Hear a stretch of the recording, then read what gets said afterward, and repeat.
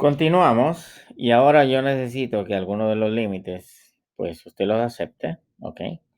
Y si no, pues más adelante se probarán o usted lo puede probar construyendo una tabla de valores. El primero es el límite del seno de x sobre x cuando el x tiende a 0 es igual a 1. El siguiente es un límite que hace un momento usamos, que es el coseno de x menos 1 sobre x cuando el x tiende a 0. Esto es también igual a 0. Otro límite que usted va a estar utilizando es el límite del coseno de x menos 1 sobre x al cuadrado, cuando el x tiende a 0, y este límite es un medio. Esos son tres de los límites que vamos a estar nosotros utilizando, ¿ok? Ahora bien, basado entonces en esos límites, ¿cómo yo encuentro el límite del seno de 4x sobre x? Esto, observe, aquí es x sobre x, eso me da un indicativo de que el argumento del seno y el denominador tienen que ser iguales. Para lograrlo, entonces, hacemos lo que siempre hemos hecho en artificio en matemáticas, es multiplicar y dividir por 4. ¿Ok? Y este límite es seno. Este límite, seno de 4x sobre 4x, cuando el x tiende a 0, pues puedo aplicar este límite de aquí. De manera de que esto es 4 por el límite, cuando el x tiende a 0, del seno de 4x sobre 4x. Y como este límite es 1, pues esto nos da 4. ¿Ok? El siguiente, tenga presente esos tres límites que tenemos arriba. Ahora dice el límite del coseno de z menos 1 sobre seno de z cuando el z tiende a 0. Esto es un límite en la forma 0 sobre 0. ¿Cómo lo resolvemos? Pues muy simple. El límite cuando el z tiende a 0 y lo puedo resolver dividiendo por z el numerador y el denominador.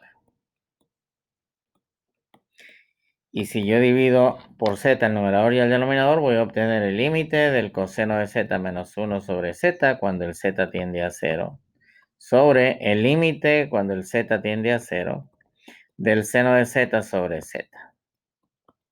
Y por lo que sabemos, por los límites notables que tenemos en la parte superior, el límite del numerador es 0 y el límite del denominador es 1, por lo tanto ese límite vale 0. ¿Okay? Bien importante entonces esos tres límites que usted tiene arriba.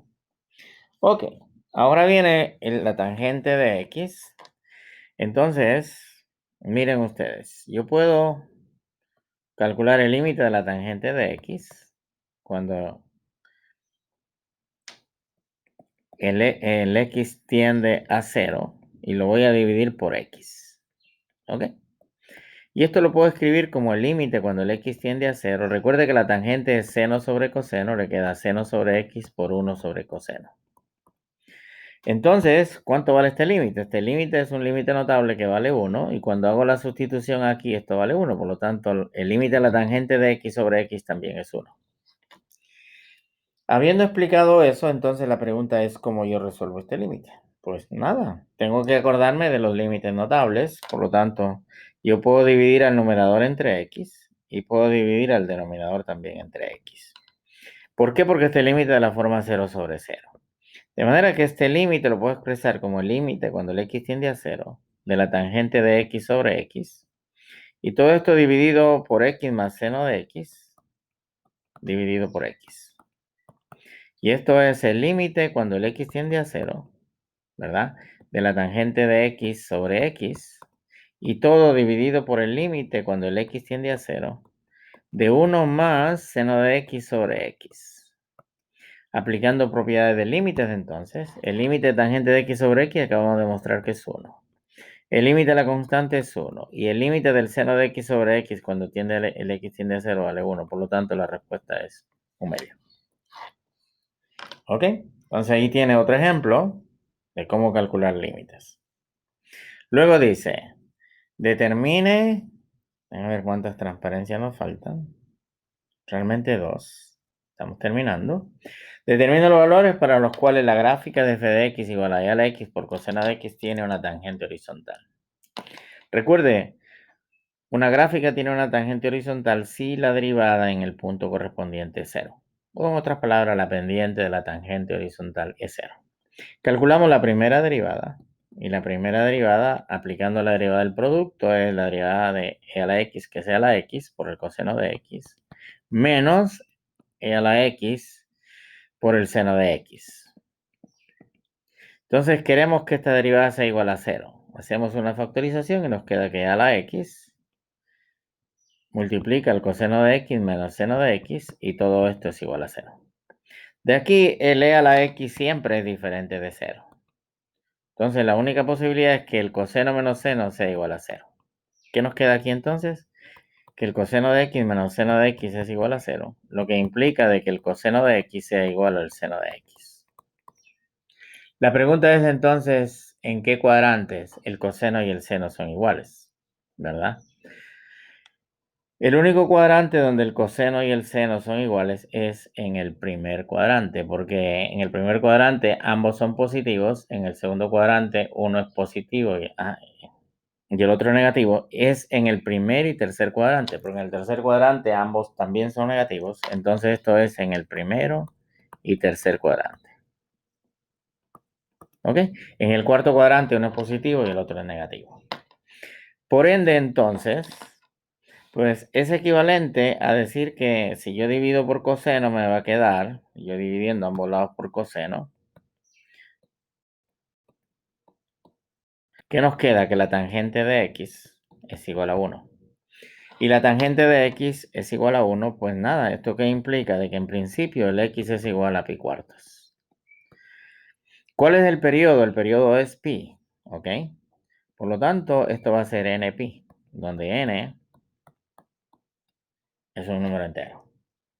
Entonces, ¿cuántos puntos nosotros tenemos o cuántos valores tenemos para los cuales la gráfica tiene tangentes horizontales? Tenemos infinitos.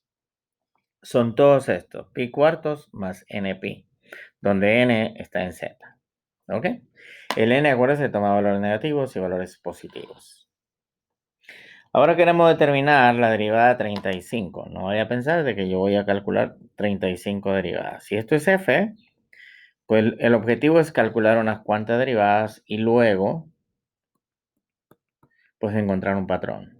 Entonces la derivada de x por seno de x, esto es, aplicando la derivada del producto, nos queda seno de x más x por la derivada del seno, que es coseno.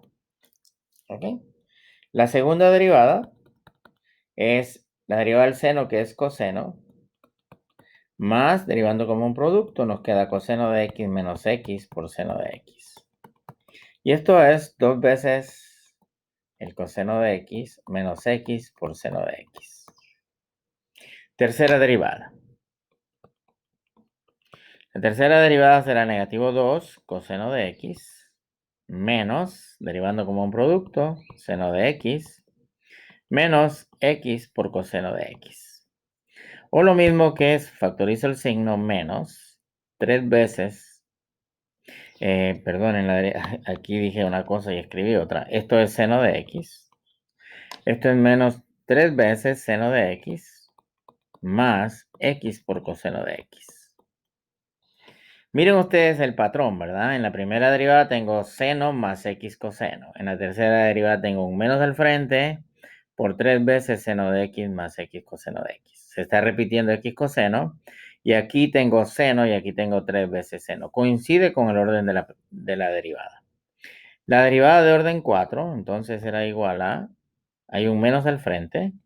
Aquí será 3 por coseno de x más coseno de x menos x por seno de x.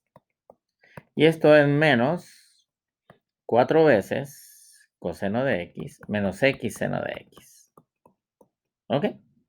Entonces miren ustedes, aquí cuando el patrón ya lo tenemos. El patrón lo tenemos y es la primera con la tercera y la segunda con la cuarta derivada. Entonces, pues nada, la quinta derivada se va a parecer realmente a la primera, ¿verdad?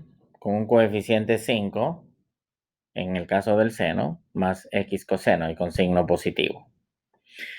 Y de manera similar yo puedo calcular la sexta derivada que se va a parecer a la segunda, pero con coeficiente 6. Nos piden la derivada de orden 35. ¿Ok? De orden 35. Entonces, lo que usted hace es, ya sabemos que el patrón es por cada 4. Usted divide 35, lo divide por 4, ¿ok? Y esto es 8 con residuo 3.